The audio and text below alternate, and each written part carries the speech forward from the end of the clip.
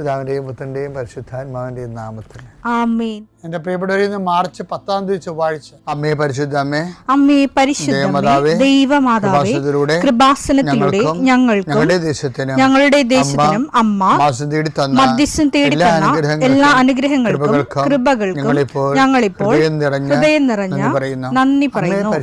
അമ്മേ പരിശുദ്ധമേ, ദൈവമാതാവേ, 2004 ഡിസംബർ 7 ഉച്ചകഴിഞ്ഞ് 2:30 കൃപാസനത്തിൽ സംഭവിച്ച അമ്മയുടെ പ്രത്യക്ഷപ്പെടലിനെക്കുറിച്ച് തിരുസഭയ്ക്ക് സമർപ്പിച്ചിരിക്കുന്ന പഠനരേഖകളുടെ മേൽ സഭാത്മകമായ പഠനം ആരംഭിക്കുവാൻ ഞങ്ങൾ പ്രാർത്ഥിക്കുന്നു. അമ്മേ പരിശുദ്ധമേ, ഭൂസ്വർലോകങ്ങളുടെ രാജ്ഞിയായ അങ്ങേയ്ക്ക് ഭൗമസംരക്ഷണത്തിനായി പ്രപഞ്ചപ്രകൃതിയെ തന്നെ തിരുസഭ പ്രതിഷ്ഠിക്കുവാൻ ഈ പ്രത്യക്ഷീകരണം വഴി ഇടയാക്കണമേ. പരിശുദ്ധമേ, ജപമാല മാതാവേ, സകല കൃപാസനം പ്രാർത്ഥനയോടും ചേർത്ത് ഞങ്ങളിപ്പോൾ പ്രാർത്ഥിക്കുന്ന ഈ കുടുംബത്തിന്റെ പ്രത്യേക നിയോഗം പറ മക്കളെ.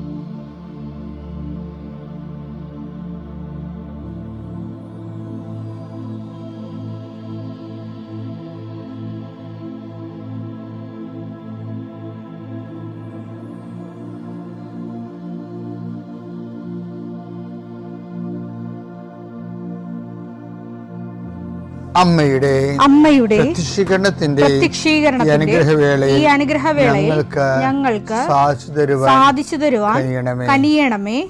ആമേൻ. വിശ്വാസ പ്രമാണം. സർവശക്തനായ പിതാവും ആകാശത്തിന്റെയും ഭൂമിയുടെയും സൃഷ്ടാവുമായ ദൈവത്തിൽ ഞാൻ വിശ്വസിക്കുന്നു. അവിടുത്തെ ഏകപുത്രനും ഞങ്ങളുടെ കർത്താവുമായ ഈശോമിശിഹായിലും ഞാൻ വിശ്വസിക്കുന്നു.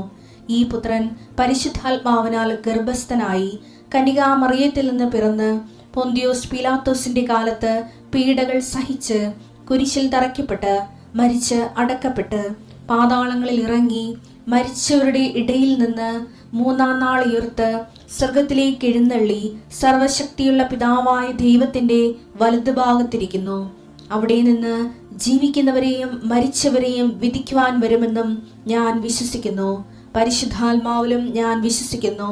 വിശുദ്ധ കത്തോലിക്കാ സഭയിലും പുണ്യവാന്മാരുടെ ഐക്യത്തിലും പാപങ്ങളുടെ മോചനത്തിലും ശരീരത്തിന്റെ ഉയർപ്പിലും നിത്യമായ ജീവിതത്തിലും ഞാൻ വിശ്വസിക്കുന്നു. ആമേൻ.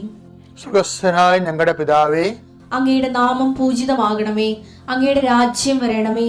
അങ്ങയുടെ തിരുമനസ് സ്വർഗത്തിലെ പോലെ ഭൂമിയിലുമാകണമേ. അന്നു വേണ്ടുന്ന ആഹാരം ഇന്ന് ഞങ്ങൾക്ക് തരണമേ. ഞങ്ങളോട് തെറ്റ് ചെയ്യുന്നവരോട് ഞങ്ങൾ ക്ഷമിക്കുന്നത് പോലെ ഞങ്ങളുടെ തെറ്റുകൾ ഞങ്ങളോടും ക്ഷമിക്കണമേ. ഞങ്ങളെ പ്രലോഭനത്തിൽ ഉൾപ്പെടുത്തരുതേ, തിന്മയിൽ ഞങ്ങൾ രക്ഷിക്കണമേ. ആമേൻ. നന്മ നിറഞ്ഞ മറിയമേ, സ്വസ്തി. കർത്താവ് അങ്ങയുടെ കൂടെ സ്ത്രീകളിൽ അങ്ങ് അനുഗ്രഹിക്കപ്പെട്ടവളാകുന്നു. അങ്ങയുടെ ഉദരത്തിൻ ഫലമായി ഈശോ അനുഗ്രഹിക്കപ്പെട്ടവനാകുന്നു. പരിശുദ്ധ മറിയമേ, തമ്പുരാന്റെ അമ്മേ, പാപികളായ ഞങ്ങൾക്ക് വേണ്ടി ഇപ്പോഴും ഞങ്ങളുടെ മരണസമയത്തും തമ്പുരാനോട് അപേക്ഷിക്കണമേ. ആമേൻ. എൻ്റെ കർത്താവേ, നിന്റെ ഉന്നതമായ നാമത്തിന് സ്വസ്ഥം ചെയ്യുന്നു. കർത്താവ്, രേഖകളെ സംബന്ധിച്ച് പ്രാർത്ഥിക്കണേ ചെയ്യേ. രേഖകൾ കയ്യിലില്ലെങ്കിൽ പോലും മനസ്സുകൊണ്ട് നിങ്ങൾ ആ രേഖകൾ നിങ്ങളുടെ കയ്യിൽ ഓർക്കുക.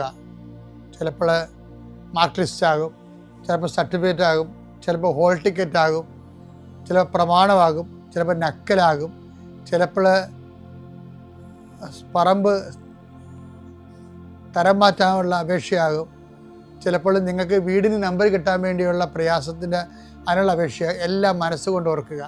ആ രേഖകൾ ലഭിക്കാൻ ആവശ്യമായ രേഖകൾ വിസയുടെ രേഖകളാകാം, അല്ലെങ്കിൽ ഇൻ്റർവ്യൂവിൻ്റെ രേഖകളാകാം, അല്ലെങ്കിൽ വിസ ഇൻ്റർവ്യൂ ആകാം. എല്ലാം രേഖകൾ മനസ്സിൽ ഓർക്കുക. നിങ്ങളുടെ ഫയലിലുള്ള മുഴുവൻ രേഖകൾ നിങ്ങൾ ആരെങ്കിലും പ്രൊഡ്യൂസ് ചെയ്യാൻ വില്ലേജ് ഓഫീസർ തൊട്ട് കളക്ടർ വരെ മന്ത്രി വരെ നിങ്ങളുടെ ഓരോരോ കമ്പനികളിൽ CEO വരെ ബോസ് വരെ സമർപ്പിക്കാനുള്ള എല്ലാ രേഖകളും മനസ്സിൽ സൂക്ഷിക്കുക. കർത്താവേ, അങ്ങയുടെ മക്കളുടെ രേഖകൾ ഞാനിന്ന് പ്രാർത്ഥിക്കുകയാണ്. ചിലക്ക് രേഖകളില്ല, ചിലക്ക് നഷ്ടപ്പെട്ടു, ചിലക്ക് കിട്ടാനിരിക്കുന്നതേ ഉള്ളൂ, സമയത്ത് കിട്ടണില്ല. അങ്ങനെയുള്ള എല്ലാ രേഖകളും, ചിലക്ക് രേഖ കൊടുക്കണില്ല, മനഃപൂർവ്വം കൊടുക്കണില്ല, കൈക്കൂലി ഇല്ലാത്തവന് കൊടുക്കണില്ല, അല്ലെങ്കിൽ അവരുടെ ആയിട്ടുള്ള വൈകല്യങ്ങളുള്ളതുകൊണ്ട് കൊടുക്കണില്ല, അല്ലെങ്കിൽ വേറെ താല്പര്യങ്ങളുള്ളതുകൊണ്ട് കൊടുക്കണില്ല.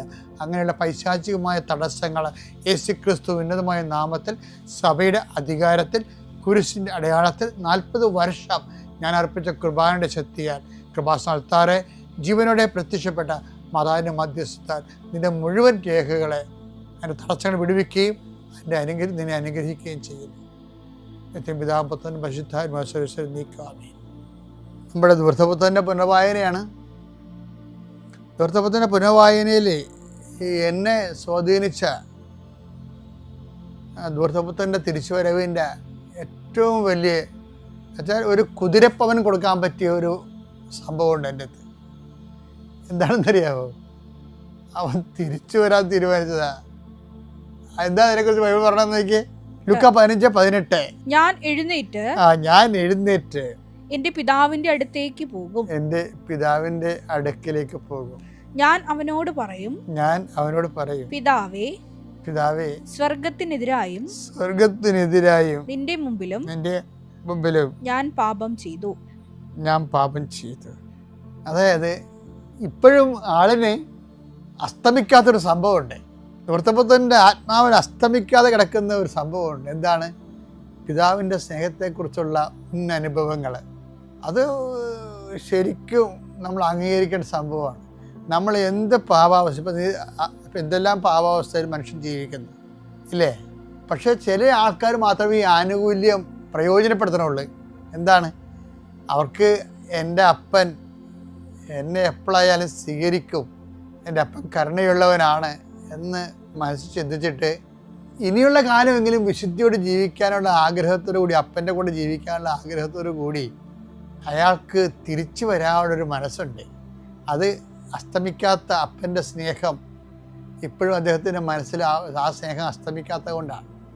എൻ്റെ ദൈവവേദനെ നമുക്ക് നമ്മുടെ ആത്മാവിൽ അസ്തമിക്കാതിരിക്കേണ്ട ഒരു കാര്യം അപ്പനെക്കുറിച്ചുള്ള സ്നേഹം, അപ്പൻ്റെ സ്നേഹം തന്നെയാണ്. അപ്പൻ്റെ സ്നേഹം ഒരു മനുഷ്യൻ്റെ ഹൃദയത്തിൽ ദൈവത്തിൻ്റെ സ്നേഹം എവിടെ വെച്ച് അസ്തമിക്കുന്നുവോ അപ്പം നമ്മൾ അസ്തമിച്ച് തിരികെയുള്ളൂ. ഈ ധൂർത്തപുത്രൻ്റെ ഒരു വിജയവതാണ്. അവൻ ഏത് അവസ്ഥയിലാണെങ്കിലും അപ്പൻ്റെ സ്നേഹം അസ്തമിച്ചിട്ടില്ലാത്ത ആത്മാവ്, ഇനിയും പ്രതീക്ഷയ്ക്ക് വകയുള്ള ആത്മാവ്, തിരിച്ചു വരാൻ ഒരു ബാല്യമുള്ള ആത്മാവ്. അവൻ എഴുന്നേറ്റെന്ന് പറയണം, അല്ല നിരങ്ങി തീട്ടിവിടുകയല്ല. അവൻ എഴുന്നേറ്റ്. അപ്പൻ്റെ സ്നേഹമാണ്, അവൻ്റെ ആത്മവിശ്വാസമാണ് അവൻ്റെ എഴുന്നേൽപ്പിൻ്റെ കാരണം. ഈ വേദലെ നീയും ഏതെങ്കിലും ഒരു തിന്മയിൽ വീണ് കിടക്കുകയാണെങ്കിൽ നീ എഴുന്നേക്കാൻ നോക്കണം. അപ്പൻ്റെ സ്നേഹത്തിലെ അസ്തമിക്കാത്ത സ്നേഹം, നിൻ്റെ ആത്മാവിലുള്ള അപ്പൻ്റെ അസ്തമിക്കാത്ത സ്നേഹത്തിൽ ആശ്രയിച്ചു കൊണ്ട് നീ എഴുന്നേൽക്കണം. അതല്ല പിന്നീട് എന്താ? ധൂർത്തപുത്രൻ നല്ലവരാണെന്ന് ഞാൻ പറയും. അവന് കുറേ ക്വാളിറ്റീസ് ഉണ്ട്. ഈ കാലഘട്ടത്തിൽ ഇല്ലാത്ത കുറേ ക്വാളിറ്റീസ് ഉണ്ട്. ഈ കാലഹരണപ്പെട്ടു പോയൊരു ക്വാളിറ്റീസ് ഉണ്ട്. ആത്മാവിൻ്റെ ഗുണങ്ങൾ കാലഹരണപ്പെട്ട്, മനുഷ്യരാശിയിൽ കാലഹരണപ്പെട്ടു പോയ ആത്മാവിൻ്റെ ഗുണങ്ങൾ ഉള്ളൊരു വ്യക്തിയാണ് അയാൾ. എന്താ അയാൾക്ക് ദുരഭിമാനമില്ല. ദുരഭിമാനം എന്ന് പറഞ്ഞാൽ നിസ്സാരമല്ല. ഒരു മനുഷ്യനെ പിശാച് പൂർണ്ണമായി ആവേശിച്ച് കഴിയുമ്പോൾ, അടിമയാക്കി കഴിയുമ്പോൾ അവന് ഉണ്ടാകുന്ന ഒരു ബോധമാണ് ദുരഭിമാനം. ഇത് ജോസഫിൻ്റെ വേർഷനാണ്. നിങ്ങളെല്ലാതിൻ്റെ മുഴുവനായിട്ട് ഉൾക്കൊള്ളണമെന്നില്ല. എന്നാലും ഈ ദുരഭിമാനം ഭയങ്കരമാണ്. എന്താ കഴിഞ്ഞാൽ പണ്ട് ഇപ്പോൾ ചില ആൾക്കാർക്ക് 18 വയസ്സുണ്ടാകുമല്ലോ, 18, 17 ഒക്കെ ആകുമ്പോൾ അവരിങ്ങനെ ഒരു പഴുതാര മീശയൊക്കെ വെച്ച് ഒരു മുളുകാനൊക്കെ സെറ്റ് ചെയ്ത് കഴിയുമ്പോൾ അവർക്ക് തോന്നുന്നു അവരാരോ ബുദ്ധിജീവിയാണെന്ന് തോന്നും. പിന്നെ ആൾക്കാരെന്നാ ചെയ്യണം? വ്യത്യസ്തനാകാൻ വേണ്ടി നോക്കും. ഇപ്പം എല്ലാവരും പള്ളിയിൽ പോകണം, ഞാൻ പള്ളിയിൽ പോകണില്ല, അപ്പം ഞാൻ വ്യത്യസ്തനായി. എന്തെല്ലാം കുതറത്തരമാണ് മനുഷ്യൻ ഈ വ്യത്യസ്തനാകാൻ വേണ്ടി കാണിക്കുന്നത്. അതുപോലെ ഒരു വാദമാണ് നിരീശ്വരവാദം. എല്ലാവരും വിശ്വസിക്കുമ്പോൾ, എല്ലാവരും ദൈവത്തെ വിശ്വസിക്കുമ്പോൾ ഞാൻ വിശ്വസിക്കുന്നില്ലെങ്കിൽ ഞാൻ വ്യത്യസ്തനായി. എന്നിട്ട് ഈ ബുദ്ധിജീവികളെ പോലെ ഓരോരോ എവിടെയെങ്കിലും നിന്നൊക്കെ കേട്ട കാര്യങ്ങളൊക്കെ കെട്ടി എഴുന്നള്ളിച്ചുകൊണ്ട് മറ്റുള്ള ഇവൻ്റെ ഈ ഇരുട്ടിൻ്റെ കാലത്ത് ഇവൻ മറ്റുള്ളവരുടെ വിശ്വാസം കളഞ്ഞെടുക്കും. കുടുംബത്തിൽ പ്രാർത്ഥിക്കുന്നത് എന്തിനാണ് പ്രാർത്ഥിക്കുന്നത്, നിങ്ങൾ വെറും ദൈവത്തെ കണ്ടിട്ടുണ്ടെന്നൊക്കെ ചോദിക്കും. എൻ്റെ ദൈവപൈതലേ, ദൈവത്തെ കാണാതെ കർത്താവ് എന്താ പിരിയുമ്പോൾ പറയണത്, കാണാതെ വിശ്വസിക്കുന്നവർ ഭാഗ്യവാന്മാർ. എനിക്ക് ആ ഭാഗ്യം ഇല്ലാതെയായിപ്പോയി. ഞാൻ ഇന്ന് അമ്മയെ ഞാൻ നേരിട്ട് കണ്ടതല്ലേ, അപ്പോൾ ഞാൻ ഓർക്കും ദൈവമേ കണ്ടത് വലിയ അനുഗ്രഹമായിപ്പോയി. അതിൻ്റെ പേരിൽ അമ്മ പ്രത്യക്ഷീകരണത്തിൻ്റെ ഭാഗമായി ഉടമ്പടി തന്നു. ലക്ഷക്കണക്കിന് മനുഷ്യർ കുടുംബത്തിൽ ജീവിത വിശുദ്ധീകരണവും സുവിശേഷ സാക്ഷ്യം സംഭവിച്ചു. പക്ഷേ എന്നാലും കാണുമ്പോൾ ഉണ്ടാകുമ്പോൾ ഒരു വിഷയം, ആ ഫസ്റ്റ് ലെവലുണ്ടല്ലോ, കാണാതെ വിശ്വസിച്ചുകൊണ്ട് വിശ്വാസത്തിൻ്റെ പേരിൽ ജീവിക്കണ ഒരു കോടിക്കോടി തലമുറകളുണ്ട് ഇവിടെ. അവരൊക്കെ ഈശോ ബ്ലെസ് ചെയ്തിട്ടുണ്ട്. അവസാനം അവരെ ബ്ലെസ് ചെയ്തിട്ടുകൊണ്ടാണ് അവൻ സ്വർഗാരോഹണം ചെയ്യണത്. വീണ്ടും വരുമ്പോൾ കാണാമെന്നും പറഞ്ഞു. അത് വല്ലാത്ത പറച്ചിലാണത്. അവനെ അവസാനം ഈശോ ബ്ലെസ് ചെയ്യണത് ആരെയാണ് ബ്ലെസ് ചെയ്യണത്? കാണാതെ വിശ്വസിക്കുന്നവർ ഭാഗ്യവാന്മാർ എന്നും പറഞ്ഞ് അവൻ മറഞ്ഞു പോകുമ്പോൾ അവൻ്റെ മനസ്സിലുള്ള എന്താണ്, കാണാതെ വിശ്വസിക്കുന്നവർക്കെല്ലാം ഞാൻ വീണ്ടും വരുമ്പോൾ കാണാമെന്നും പറഞ്ഞ പോണത്. അപ്പം ആ ഒരു ചിലർ ഈ കാണാതെ വിശ്വസിക്കുന്ന ആൾക്കാരാണ് യഥാർത്ഥ വിശ്വാസത്തിലേക്ക് വരണമെന്നാണ് ഈശോ അവസാനം പറഞ്ഞത്. പക്ഷേ നമ്മൾ ചിന്തിച്ച് നോക്കുമ്പോൾ ഈ വിശ്വാസം ഇല്ല എന്നും പറഞ്ഞുകൊണ്ട്, വിശ്വാസം ഉള്ളിലുണ്ടാവും, പക്ഷേ താൻ വ്യത്യസ്തനാകാൻ വേണ്ടി മറ്റുള്ളവരുടെ മുമ്പിലൊക്കെ വിശ്വാസം തള്ളിപ്പറയും. പിന്നെ കച്ചവടക്കാരും വിശ്വാസം തള്ളിപ്പറയും. ഓട്ടോറിക്ഷക്കാരും ചില ആൾക്കാർ എല്ലാ ദൈവങ്ങളെയും വെച്ചേക്കല്ലേ, ഏത് ദൈവങ്ങളായാലും കുഴപ്പമില്ല, എൻ്റെ വണ്ടിയൊക്കെ അറിയാൻ മതി എന്നുള്ള അത് കച്ചവടമാണത്. അതുപോലെ തന്നെ എല്ലാവരുടെ ജീവിതത്തിലൊക്കെ ഉണ്ടാകും. ഇപ്പം സിനിമാറന്മാരും പാട്ടുകാരും ഒക്കെ ദൈവത്തെ തള്ളി പറയുന്നവരുണ്ട്. എന്നിട്ട് എല്ലാ ഡയറക്ടേഴ്സ് എവിടെ നിന്നാണ് കൂടുതൽ പൈസ കിട്ടുന്നത് അവരേക്ക് ചാഞ്ഞ് നിൽക്കും. കച്ചവടമാണ്. കച്ചവടം ചെയ്യുന്നവരുടെ പ്രലോഭനം എന്ന് പറഞ്ഞാൽ നിസ്സാര പ്രലോഭനമൊന്നും അല്ലത്. തങ്ങളുടെ മറ്റുള്ള പൊതുജനങ്ങളുടെ മുമ്പിൽ തങ്ങളുടെ ഉൽപ്പന്നങ്ങളും സ്വീകാര്യമാകാൻ വേണ്ടിയും അതിൻ്റെ ലാഭവിഹിതം കിട്ടാൻ വേണ്ടിയും ദൈവത്തെ തള്ളിപ്പറയുന്ന ആൾക്കാരുണ്ട്. അത് അവന്മാർ പറയുന്ന അവന്മാരുടെ കച്ചവട താല്പര്യങ്ങൾ പറയുന്നത് കേട്ടിട്ട് ദൈവത്തിൽ നിന്ന് പോകുന്ന ആൾക്കാരുണ്ട്. പക്ഷെ പോയി കഴിഞ്ഞ് ചില ആൾക്കൊക്കെ തിരിച്ചു വരാൻ പറ്റത്തില്ല. കാര്യം എന്താണ്?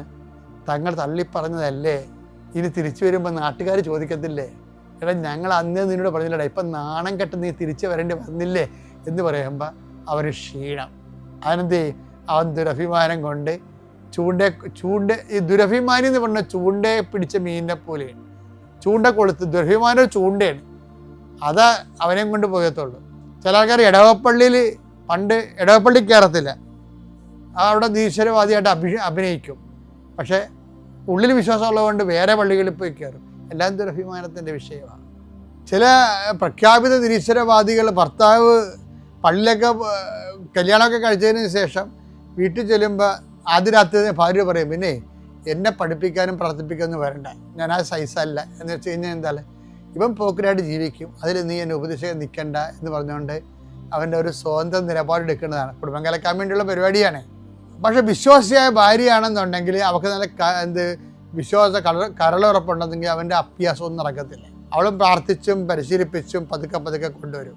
അത് ഓരോ കുടുംബങ്ങളിലൊക്കെ നിൽക്കുന്ന വിശ്വാസം എങ്ങനെയാണ്, അവിടുത്തെ അമ്മമാരുടെ വിശ്വാസമാണത് പിടിച്ചു നിർത്തുന്നത് ആ കുടുംബത്തെ. പക്ഷേ ഈ ധൂർത്തമത്തിൻ്റെ ഏറ്റവും വലിയ ക്വാളിറ്റി എന്ന് പറയുന്നത് ഇവന് ദുരഭിമാനം ഇല്ലെന്നുള്ളതാണ്. എൻ്റെ സിറ്റുവേഷൻ അക്സെപ്റ്റ് ചെയ്തു. ഞാനോ എന്ന് പറഞ്ഞില്ല, ഞാനോ ഇത് കേൾക്കാൻ തന്നെ എന്ത് രസമാണ്. ഞാനോ ഇവിടെ വിശന്ന് മരിക്കുന്നു, എൻ്റെ അവസ്ഥ എന്താണ്, ഇതാണ്. എൻ്റെ പ്രാർത്ഥിക്കാനുള്ള ചൈതന്യവും പോയി, വിശ്വാസവും പോയി, ദൈവവും പോയി. എനിക്കിനി എന്തെങ്കിലും ആപത്ത് വന്നാലും പറയാൻ പോലും ആരില്ലാതെ. അപ്പം ഞാനോ അതാണ് അർത്ഥം, ഞാനോ ഇവിടെ വിശന്ന് മരിക്കുന്നു.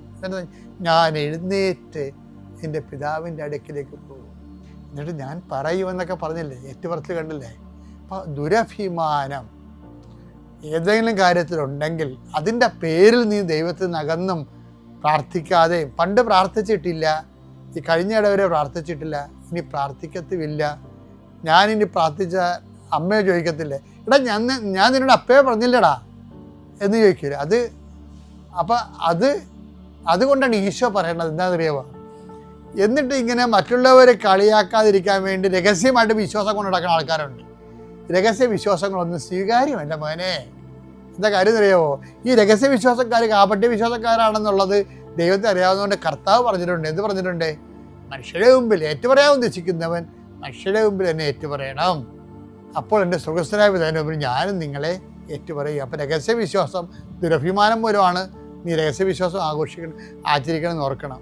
ഈ നോൻപ് കാലം എല്ലാ ദുരഭിമാനവും വിട്ടിട്ട് ദൈവത്തെങ്കിലേക്ക് ദൂർത്തപ്പുറത്ത് തിരിച്ചു വന്നിട്ട് അവൻ്റെ ആശ്ലേഷത്തിൽ മുഴുകേണ്ട ഒരു കാലമാണ്. ദൈവത്തിനെ അനുഗ്രഹിക്കട്ടെ. പിതാവിൻ്റെയും പുത്രൻ്റെയും പരിശുദ്ധാത്മാവിൻ്റെയും നാമം.